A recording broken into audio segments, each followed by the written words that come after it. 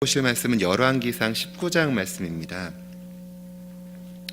열왕기상 19장 1절부터 8절까지 말씀, 구약성경 549쪽입니다.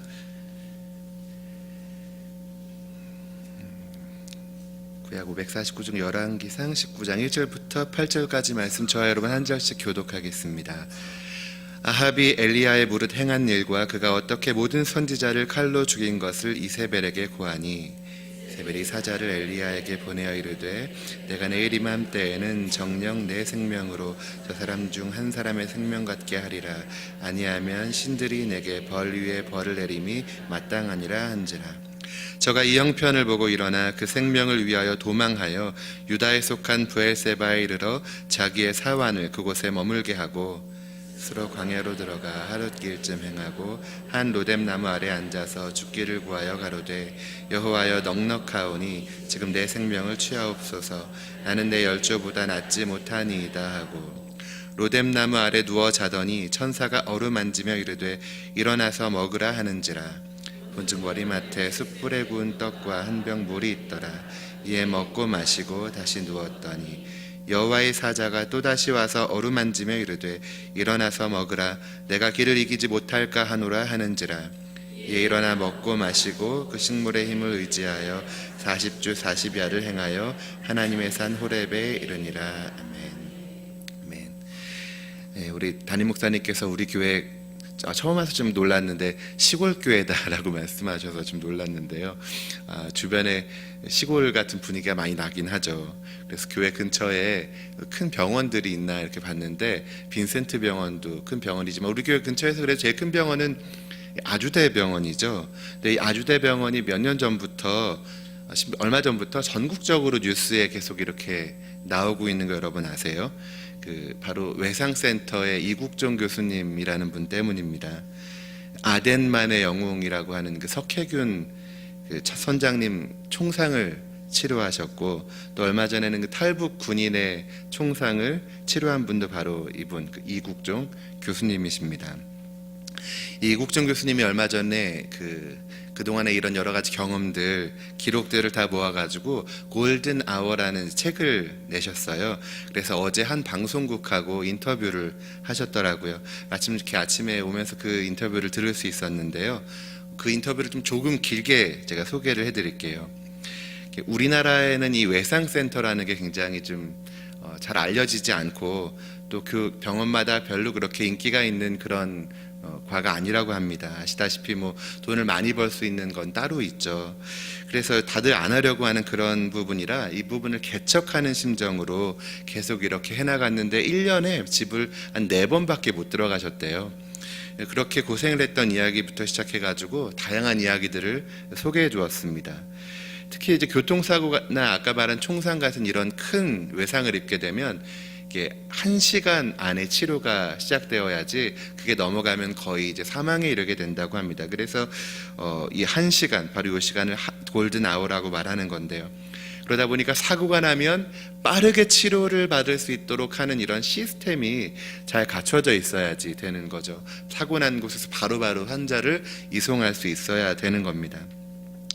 근데 이런 것들을 이렇게 해야 됩니다, 이런 시스템을 갖춰야 됩니다 라고 계속해서 말해도, 또 언론을 일부러, 지금 우리가 이국종 교수님이라는 이름을 아는 이유도 그분이 이것들을 알려주려고 계속해서 언론에 노출하시는 거거든요. 근데 그렇게 하고 시스템을 구축하려고 해도 잘 안 된다는 겁니다. 이게 수익을 내는 분야가 아니다 보니까 사람도 부족하고요, 여러 가지가 많이 부족한 거예요. 거기다가 우리나라가 가지고 있는 좀 한국적인 그런 토양도, 이게 과연 우리나라에서 이런 일이 가능한가, 이런 시스템을 갖추는 게 가능한가 싶다, 이렇게 말씀하시더라고요. 이 외상센터 여러분들 아마 한두 번 가보셨을지 모르겠는데, 아주대 병원에 가보면 굉장히 잘 시설이 되어 있어서 외국인들도 와서 보고 잘 되어 있군요, 한국의 이 의료시설이 잘 되어 있군요 하고 와서 참관하기 위해 잠깐 머물다 보면 깜짝 놀란다고 합니다.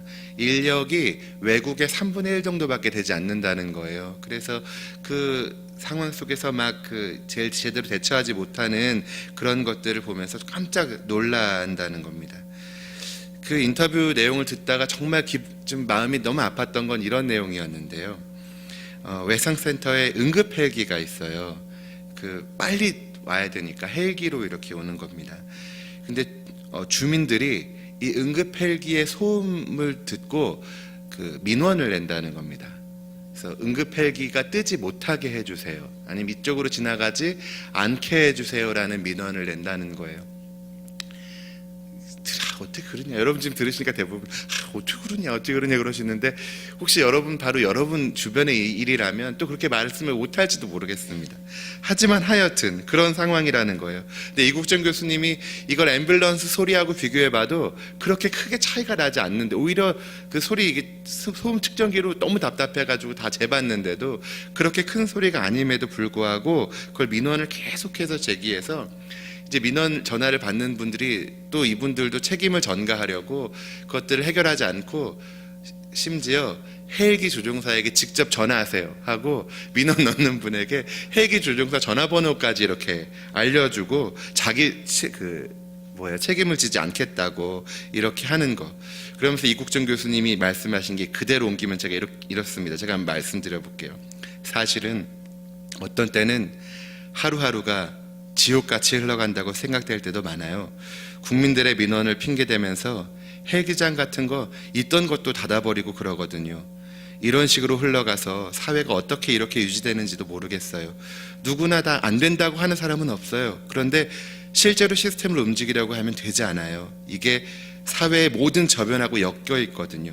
그래서 요즘은 사실 제일 많이 드는 생각은 이걸 모르고 살았어야 되는데, 이런 생각이 제일 많이 들어요. 그러니까 한국 사회가 이렇게 보면 동맥경화에 빠져 있는 것 같아요. 제가 동맥경화를 위해서 이렇게 저렇게 할 수 있거나 그런 생각 자체가 안 듭니다. 이게 워낙 동맥경화가 심해가지고 저 같은 사람의 노력으로는 이건 안 될 것 같아요. 한국 사회에서 제가 바꿀 수 있는 판이 아닌 것 같아요. 한국 사회 전체를 다 뒤집어 엎지 않는 이상. 이국정 교수님의 말은 한국 사회를 위해서, 국민을 위해서 무언가 선한 일을 하려고 노력하고 있는데 어느 선에 가서는 도무지 해결할 수 없는 그런 벽 같은 것을 느끼신 그런 상황인 것 같아요. 말 그대로 절망인 겁니다. 방송에서 그렇게 말하기가 참 어려운데, 예를 들어 웬만한 분들은 이렇게 하면 그래도 해봐야죠 이렇게 얘기하실 줄 알았는데, 이분은 끝에 말미에 안 될 것 같아요. 저 같은 사람의 노력으로는 안 될 것 같아요. 이렇게 말씀하시더라고요. 본문의 엘리야 우리가 잘 알고 있는데 17장부터 엘리야가 등장하고 있습니다. 그는 우상 숭배가 만연했던 북이스라엘의 이 아합 왕 시대에 활동했던 선지자인데요. 아시다시피 수년간의 가뭄을 선포하고 숨어 다니기도 했습니다. 또 이세벨이 나라의 모든 선지자들을 학살했던 그 시기를 견디어내야 했습니다. 또 바알과 아스라의 그 우상의 선지자들 850명과의 대결에서 승리하기도 했습니다. 그럼에도 불구하고 다시 19장 오늘 말씀에 와서 방금 읽은 19장에서는 이세벨의 이 복수를 피해서 도망을 가야 하는 그런 상황 속에 있었던 겁니다. 4절에 보면 엘리야가 하나님 앞에서 죽기를 구하는 모습 보여주고 있는데, 실은 이 부분 이해하기가 참 어렵고 또 이해할 수 없다는 분들도 많이 계시죠. 방금까지 우상 숭배자와의 그 싸움을, 그렇게 아주 치열한 싸움을 대승을 거둔 그런 엘리야의 모습하고는 어울리지 않는다는 겁니다. 또 어떤 분들은 그래서 이런 엘리야의 모습이 그의 좀 성격적인 문제, 우울질적인 성격, 아니면 정말 우울증 같은 게 있는 건 아니었을까, 이렇게 그런 탓으로 돌리기도 합니다. 근데 저는 오늘 저도 그렇게 봤었기도 했었는데, 이국정 교수님 말씀을 듣고 나서 이 말씀을 다시 생각해 보면 엘리야에게서도 이국정 교수님 같은 그런 절망이 겹쳐 있는 게 아닌가라는 생각이 들었어요. 하나님 편에서 그렇게 열심히 싸웠는데, 아무리 싸우고 싸워도 변하지 않는 사람들, 변하지 않는 이 나라, 변하지 않는 시스템을 보면서 절망감을 느꼈을지 모릅니다. 그런 절망감이 정말 그냥 다 포기하고 싶은, 그냥 이거 내가 해서 안 될 것 같아, 내가 아무리 이렇게 싸워 이겨도 안 될 것 같아 라는 그런 자포자기하고 싶은 상황으로 엘리야를 이렇게 내던졌을지 모르겠습니다. 이런 절망감은 실은 우리가 무언가 하나 해보려고 할 때에 실은 엘리야뿐만 아니라 또 이국준 교수님뿐만 아니라 우리 모두가 경험하는 그런 감정일 것 같습니다. 실은 저도 비슷한 경험을 한 적이 있는데 미국에서 사역을 막 마치고 한국으로 돌아와서 1년 정도 사역했을 때 일이었습니다. 사역하던 교회는 작은 교회였고요. 담임 목사님과 또 저를 포함해서 부목사님 2명 있고 전사님 2분이 이렇게 함께 사역하던 때였습니다. 그런데 이 부목사님 저 말고 이 한 분 부목사님이 좀 특이한 이력을 가진 분이었어요. 예언의 은사를 받았다고 하시면서 전에 사역하시던 교회에서도 이런 예언 사역을 많이 하셨던 그런 분이었습니다. 제가 그렇게 같이 사역하면서도 이분이 이제 성도님들 한 분 한 분에게 예언을 해주시겠다고 이렇게 불러서 예언 사역을 하시고는 했는데 실은 제가 훈련받은 신학교에서는 예언의 은사를 이미 종결된 은사라고 이렇게 배웠던 터였기 때문에 예언의 은사를 이렇게 실질적으로 교회에서 하는 걸 본 적이 없고 또 그렇게 하는 걸 굉장히 이단시했었습니다. 그래서 바로 옆에 있는 목사님이 이 사역을 하고 계시니 굉장히 좀 당황스럽더라고요. 근데 더 당황스러웠던 거는 성도님들의 반응이었습니다. 성도님들에게 예언을 하는 목사님은 신령한 목사예요. 영적인 목사예요. 성령이 충만한 목사고 예언의 은사에 그 근처도 가지 못하는 저 같은 목사는 매우 육적인 목사예요. 능력이 없는 목사예요. 목사 같지도 않은 목사가 되었던 겁니다. 이 예언이라는 것으로 인해서 목사들 사이에서도 이런 등급이 매겨지고 담임 목사님조차도 예언의 은사를 안 하시니까 그러니까 담임 목사님보다 더 위로 멀리 위로 올라간 이 예언의 은사를 가지신 부목사님을 보면서 이 영적인 질서가 막 뒤흔들리는 걸 보았습니다. 저는 개인적으로 이제 복음에 대한 열정으로 이 목회자의 길로 뛰어들었는데 그리고 그냥 지구촌 교회랑 작은 교회에서 막 사역을 하고 미국에 또 사역하고 그때는 이런 경험이 전혀 없었는데 한국에 딱 돌아와서 이 상황을 보고 주변의 다른 교회들을 보니까 이런 얘기들이 많이 들려요. 그리고 실은 이런 이야기들이 여기저기서 많이 들려오는 걸 보면서 우와, 한국 교회가 이런 영적인 풍토 이런 상황이구나. 내가 너무 몰랐구나. 나 혼자는 뭐 할 수 있는 게 없구나. 내가 도대체 난 뭐지? 이런 생각이 많이 들고 절망감에 사로잡혀서 괜히 목사가 되었나? 전도하는 그냥 평신도로 살아갈 걸 그런 생각이 들었던 적이 있었습니다. 후회하는 마음이 참 많이 들었었어요. 여러분들은 어떠십니까? 여러분들은 혹시 어떤 절망적인 상황 가운데 빠져보신 적이 없으십니까? 특히 여기 리더님들 많이 계시는데 구역장으로서 열심히 사역하셨는데 도무지 내 힘으로는 할 수 없는 성도님들이 이 구역원들이 변화되지 않고 자꾸만 딴 길로 빠지고 그런 바뀌지 않는 영적인 풍토에 좌절해서 모든 것을 다 내려놓고 싶은 그런 절망감에 사로잡혀 보신 적은 없으십니까? 오늘 본문에 이 엘리야에게 그 순간에 찾아오신 분이 있었습니다. 바로 성경에서 천사 여호와의 사자라고 이렇게 말씀하고 있는데요. 로뎀나무 아래에 자고 있던 엘리야를 위해서 친히 숯불에 떡을 구워주시고 또 마실 물을 준비해 놓고서 엘리야를 어루만져서 깨워주셨습니다. 먹고 마신 후에 다시 누웠는데 다시 또 어루만지면서 깨워서 더 먹어야 한다고, 앞으로 가야 할 길이 멀다고 염려하면서 더 먹으라 권하신 이 천사가 나타났습니다. 실은 이 모습 속에서 신약 시대를 사는 우리들은 자연스럽게 누가 떠올라요? 예수님이 떠오릅니다. 이 부활하신 예수님께서도 이렇게 제자들에게 떡을 주시고 또 여러분 부활하시고 나서는 그 고기, 생선을 잡아서 숯불에 구워주셨던 적이 있습니다. 이렇게 지치고 좌절한 제자들에게 찾아오시는 분이 바로 우리 구주 예수 그리스도이십니다. 절망의 끝에 만나게 되는 분, 바로 예수 그리스도이신 것입니다. 예수 그리스도는 불신자들이 삶의 절망 속에서 만나야 할 분인가 동시에 우리 같은 믿는 사람들이 절망의 순간에, 좌절의 순간에 다시 만나야 할 바로 그분인 것입니다. 그래서 그분의 이름은 모든 사람들의 절망을 행복으로 바꾸는 이름입니다. 한국 대학생 선교회 대표셨던 우리 고 김준곤 목사님 백문일답이라는 것이 있습니다. 무엇이라고 물어도 예수 그리스도라고 대답하는 겁니다. 이런 겁니다. 온 인류의 구원자는 누구이십니까? 내가 사는 이유는 누구 때문입니까? 내가 죽는 이유는 누구 때문입니까? 왜 이렇게 소리가 작습니까? 예수 그리스도? 우리 교회 주인은 누구이십니까? 범죄자들을 변화시킬 수 있는 분은 누구십니까?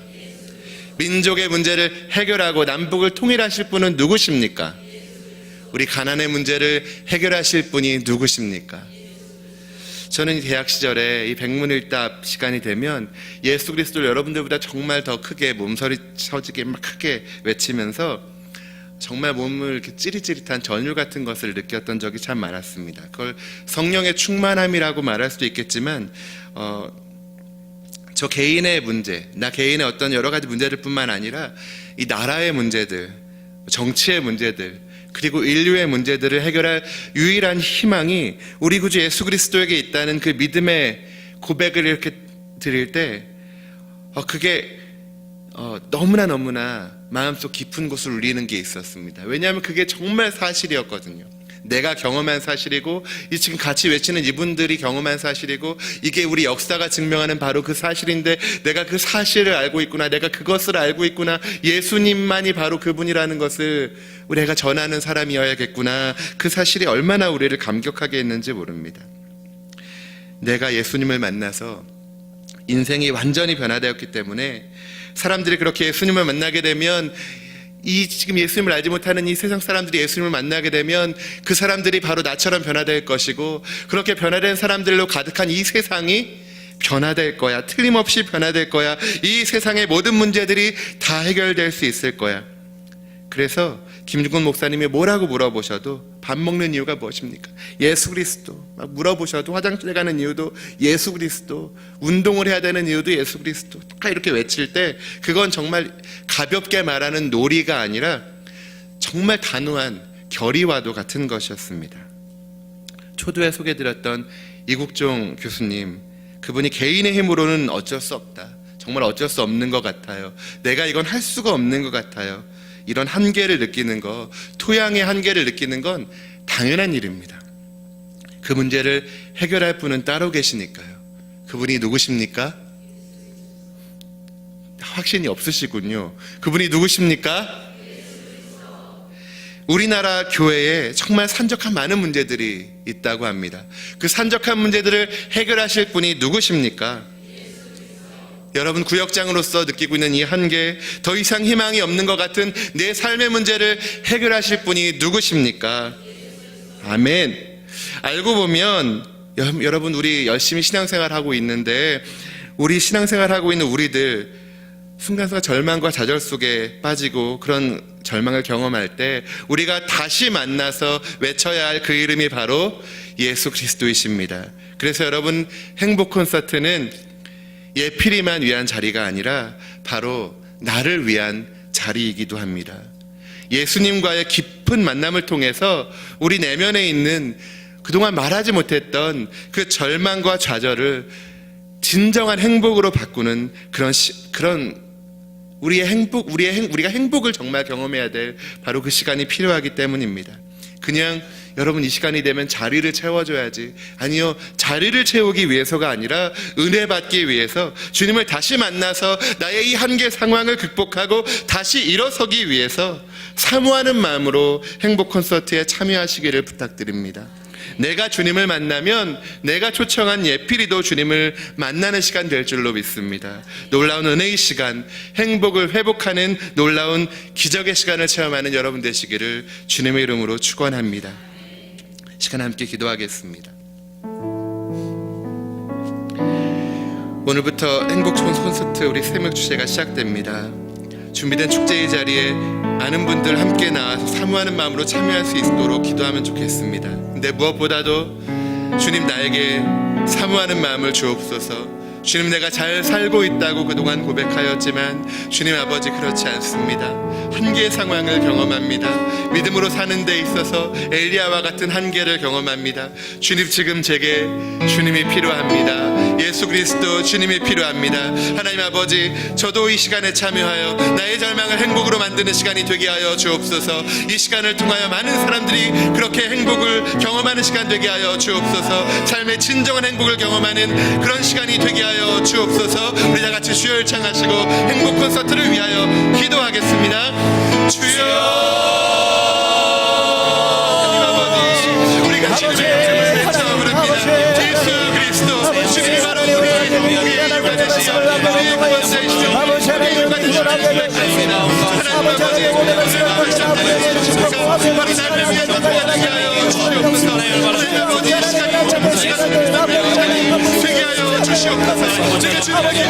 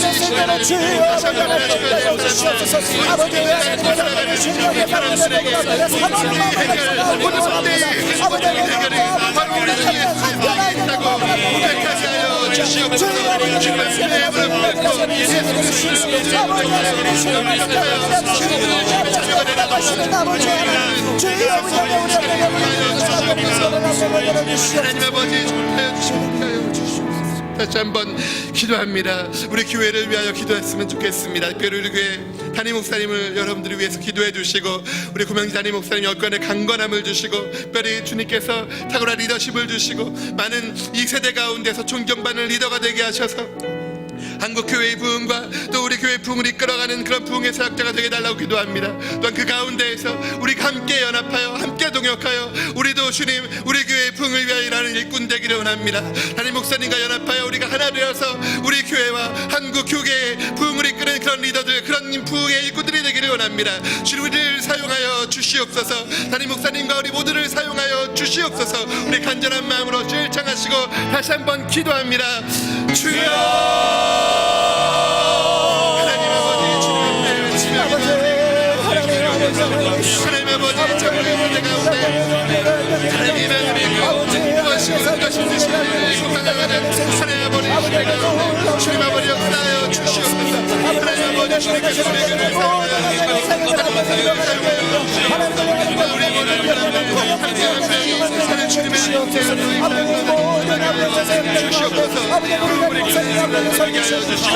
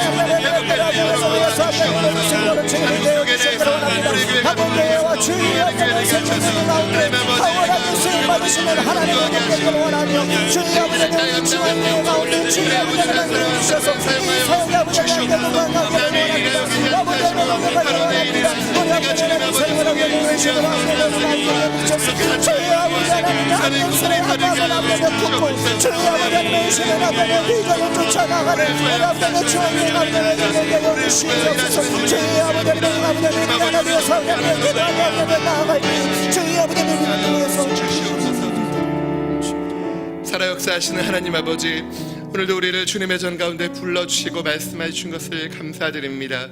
하나님 아버지, 주님 앞에 고백하기를, 하나님 아버지, 우리는 주님이 필요합니다.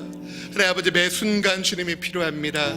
주님의 도우심이 없이는 한순간도 살아갈 수 없는 연약한 죄인들임을 주님 고백합니다.